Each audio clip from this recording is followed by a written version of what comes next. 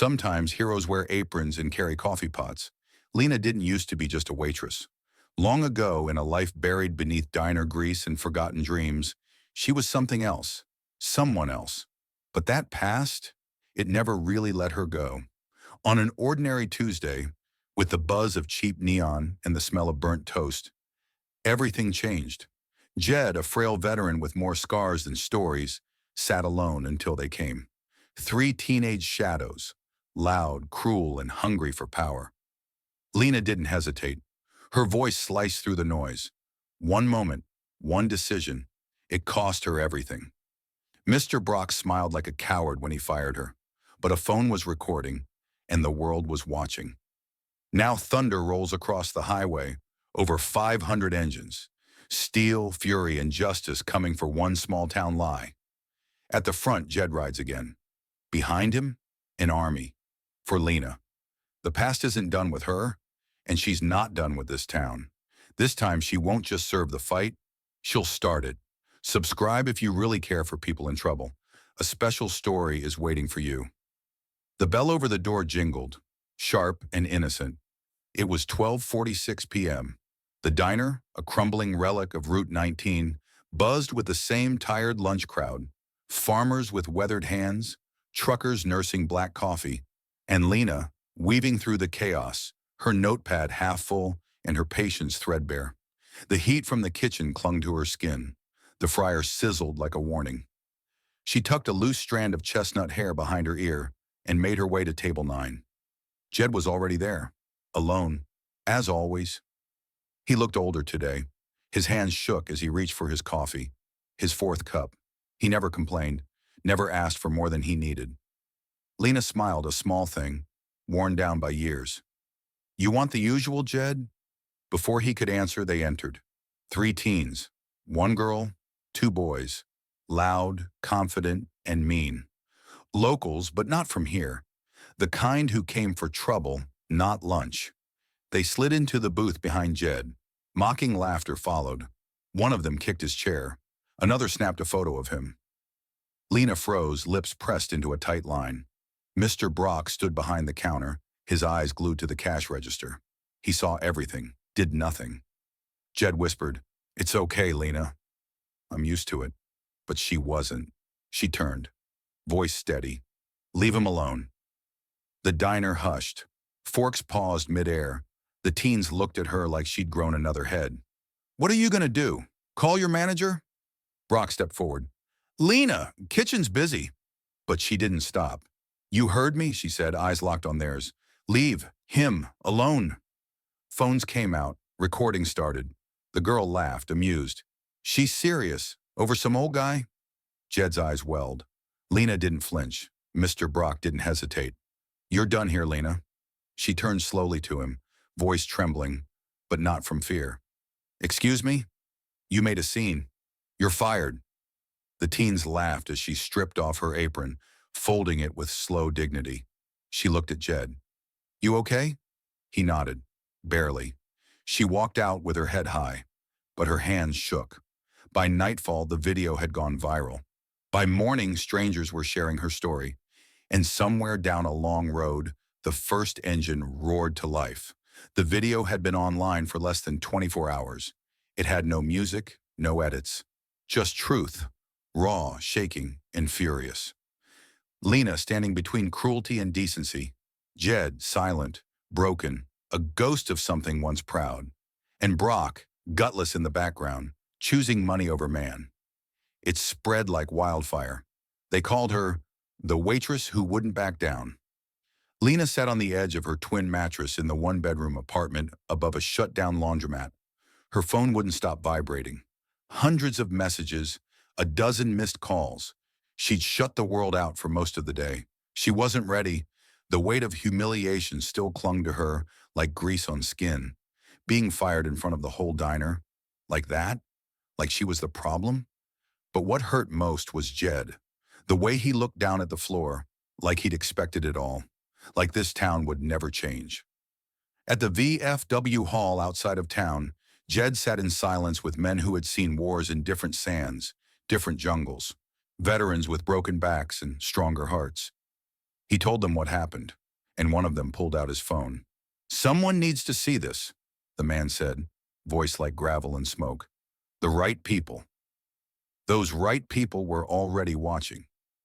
The first biker arrived at noon, a matte black Harley, chrome skulls on the handlebars, then 10 more, then 50.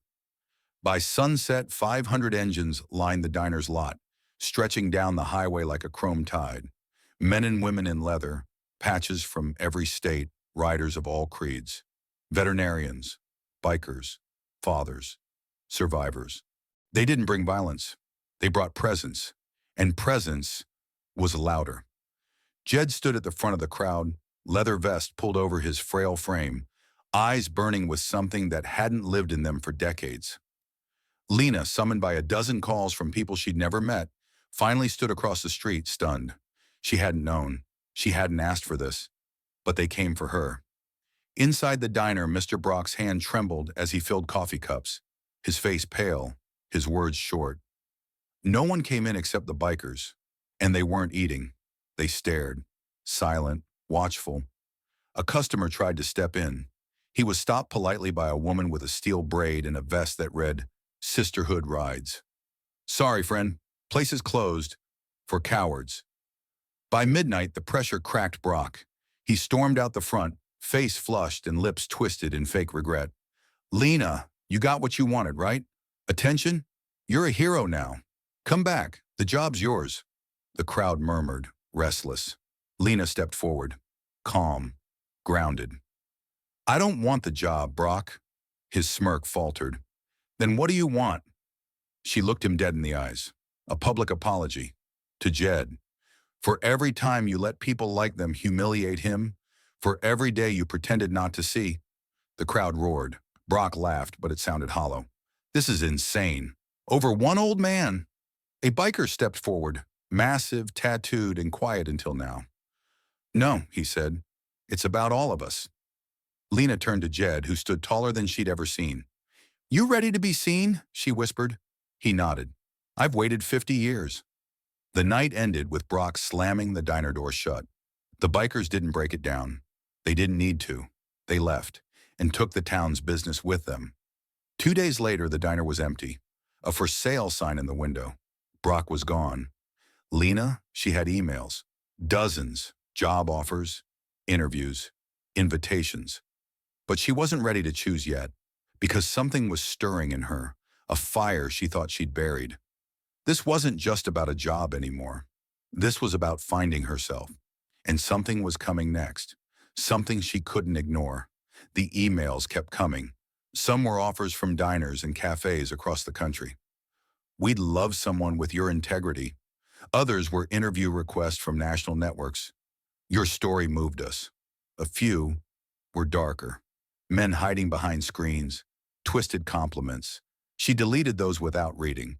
But one message stopped her cold. Subject line, "Long time, Lena? You still picking fights?" No name, just a photo attached. Grainy, old. Her in military fatigues, 15 years younger, standing next to a man whose face she hadn't seen since the worst day of her life. The past hadn't just remembered her, it was reaching out. Nobody in town knew. Not Mr. Brock, not Jed, not even her ex-boyfriend Tom, who once begged to know why she woke up screaming some nights. Lena had served. She'd left right out of high school, running from a house that echoed with shouting and slammed doors. The Army gave her discipline, distance, and a name on her chest she could be proud of. But things went bad in her second year. Very bad. A mission gone sideways. A friend left behind. Orders ignored. Disgrace followed. And a quiet discharge that stripped her of her rank but not her guilt. After that, Lena disappeared into small-town obscurity. Aprons instead of armor. Smiles instead of strength. And no one ever knew. Until now. She drove for hours, not to escape, but to think. The roads curled through the woods like questions she didn't want to answer. She ended up outside the town of Eldridge, a place she hadn't returned to in years. She sat in her car outside an old VFW hall with peeling paint and a single rusted flag. Inside, she found him. Gabe, older, heavier, limping slightly, but unmistakable. "You really came," he said, rising slowly from his chair. Lena froze. Emotions surged. Anger, guilt, relief, fury. You sent that picture? I had to know you were still alive, he said, voice gravelly. And if you were still the same woman who jumped into hell for me. They sat across from each other, coffee steaming in paper cups. He spoke first. They're starting something, Lena. The way those bikers rallied for you. It's not just support, it's a movement. Justice in places the system forgot. And people are noticing. I didn't start anything, she snapped. You did. The moment you stood up for that vet, on camera, you became the spark. Back in her town, the diner was boarded up. But something strange was happening. More people were speaking out. Others who'd been mistreated by Brock. A single mother denied a raise. A dishwasher fired for asking about his pay. Even some of the teens who had mocked Jed were now facing consequences after being identified in the video. The town wasn't just changing, it was cracking open. Lena returned 2 days later, mind racing. That's when she found the note taped to her door. You think you're a hero? You just cost this town its heart. Be careful, Lena. People talk. No name, but she knew that kind of handwriting. Tight, angry, like the person gripping the pen was ready to snap. She looked over her shoulder. No one was there. She didn't sleep that night. Instead, she sat at her small kitchen table, staring at her reflection in the dark window. Who was she now? Waitress? Veteran? Victim? Leader? A low rumble pulled her from the trance. Outside, a single bike idled in the street. The rider didn't get off, just waited. Lena stepped into the cold air. The rider lifted his helmet. A woman, late 40s, sharp eyes, long braid. She tossed Lena something. A patch. Black and silver, stitched with a single word, Guardian. The woman smiled. We're forming something. A network. For people like you. Lena caught her breath. Why me? Because you were willing, and you still are. She looked down at the patch. It didn't promise safety.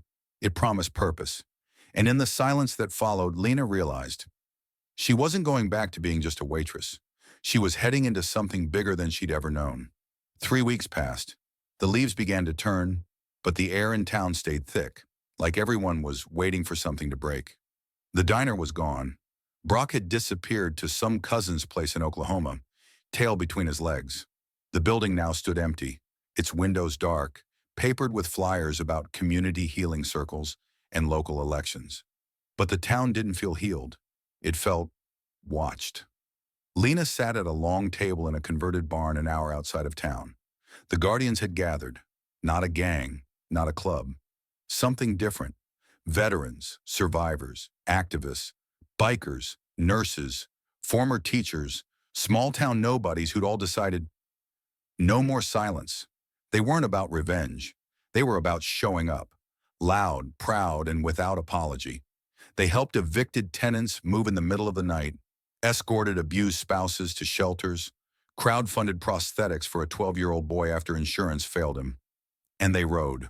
Lena hadn't said yes, not yet, but she hadn't walked away either. That night, after the meeting, Gabe found her out by the fire pit. Smoke curled into the stars. You're restless, he said. I'm scared, Lena replied. Not of the fight, of what I'll lose if I go all in. You already lost it, he said gently.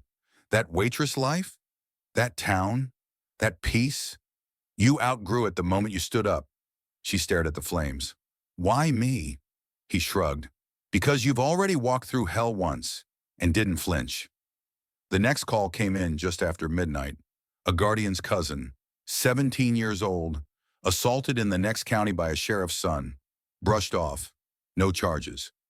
We need presence, the biker woman with the braid said. Not violence, just presence. Lena didn't hesitate. I'll ride. They arrived before dawn. 4 bikes, 2 cars. Quiet but undeniable. The courthouse hadn't opened yet, but the town had. Blinds twitched. Lights flicked on. They stood there, arms crossed, silent and unmoving. And then Lena saw her. The girl, sitting in the back of a beat-up Subaru, bruises on her cheek, fire in her eyes. Lena approached. The girl stared up at her. They said nobody would come. Lena knelt. They were wrong. The story broke by evening. Small outlet, then regional, then national again. Veteran waitress turned guardian returns to demand justice. Suddenly, she wasn't just a story. She was a symbol. And symbols, they attract fire. That night, her apartment door was kicked in. She wasn't home. A neighbor called it in. Nothing stolen, just everything smashed. Torn photos, spray paint across her walls. Stop, or else. She didn't cry. She didn't scream. She packed a bag, taped the guardian patch to her chest, and drove back to the barn. When she arrived, Gabe met her at the door. "Time to decide, Lena," he said. "No more halfway?" She nodded slowly. "This time," she whispered, "I ride." But nothing comes without cost. And in the crowd that watched her rise was someone who remembered her not as a hero, but as the one who left a man behind. The past was coming for her, and not everyone in the Guardians could be trusted. The night was silent, but Lena felt it, like a storm behind her ribs. Not fear, knowing that something was coming. The barn had become more than a hideout. It was their headquarters, their sanctuary. The Guardians had grown, over 60 strong now, scattered across 4 counties. They operated with precision, quiet missions, loud presence, hearts full. But tonight, something was wrong. Lena entered and felt it instantly. The air was colder, the faces tighter. The usual warmth was missing. She found Gabe in the back room, poring over files. "You see it too?" she asked. He looked up. His face told her everything. "We've got a leak." It started small. Locations of upcoming rides exposed. Donations rerouted. A woman they were protecting suddenly outed online with threats sent to her doorstep. Someone was feeding information from inside. And then the photo arrived, slid under Lena's temporary door at the safe house. Black and white, sharp, deliberate. A man, bloodied, held at gunpoint. A desert in the background. The mission, the one she never speaks about. The man she couldn't save. Except the photo was dated last week. Lena's knees buckled. Impossible, but the face was unmistakable. Rafe Delgado, her commanding officer, her friend. Left behind during the final operation she ever ran. Declared dead, presumed executed. But the photo, someone knew. Someone wanted her to see it now. The back of the photo held one line, typed clean in red. "You don't get to be a hero, Lena. Not until you face what you left behind." That night she drove alone, to the coordinates included on a second note, emailed to her anonymously. A remote location, abandoned train depot 3 counties over. Her gut screamed trap, but her heart whispered truth. She went anyway. The depot was falling apart. Moonlight crept through shattered windows. Rust creaked beneath her boots. And there he was, Rafe, alive, but older, scarred, different. He stepped into the light slowly. "You came." Lena's breath hitched. "How? Why?" "You left me," he said, "but I don't blame you." She stepped forward, confused, trembling. "This isn't possible. You were gone. Everyone said." "I let them." Silence. He nodded toward the shadows. A figure stepped forward. "Gabe." Lena froze. "What is this?" Gabe's face was stone. "He reached out weeks ago. Said he'd been watching. Said he needed you to see it." "See what?" "That you're not the only one trying to make peace with ghosts." Rafe stepped closer. "I've watched you," he said. "Heard about the diner, the kid, the guardian patch. You turned pain into purpose. But something inside you's still broken, Lena." She blinked. "So this is about healing?" Rafe smiled. This is about leading. And to lead, you have to stop hiding from the fire that made you." The depot door opened behind her. Dozens of guardians entered, silent, watching. They weren't there for drama. They were there to choose. A trial, not of guilt, of truth. Gabe spoke. "We've all survived something, and we've all made mistakes. But Lena, your story's not done unless you let it be." She looked at them, at Rafe, at the woman with the braid, at the boy she saved, at the girl who whispered, "You came." And Lena did what she hadn't done in over a decade. She told the whole story about the mission, about the panic, the orders she disobeyed to save civilians, costing Rafe his cover, the trial, the discharge, the silence, and the years she spent hiding under diner lights and false smiles. By the end, she was crying, and no one looked away. Rafe stepped forward, placed something in her hand, his old military tag. "Keep it," he said. "You've earned it more than I ever did." Lena looked down, and something inside her lifted. The Guardians voted that night. A new council, a new chapter, a new leader. Her name? Lena Rain. Waitress. Veteran. Guardian. A year later, the diner was reopened. Not by Brock, but by the town. A community kitchen. Free meals for veterans. Job training for teens. A photo of Lena and Jed framed near the register. On the counter, a tip jar with one word, "Stand." And somewhere across the country, a new Guardian rode into another town. Because sometimes, all it takes is one cup of coffee, one voice, one act of courage to start a revolution. The end. But every end is the beginning of someone else's story.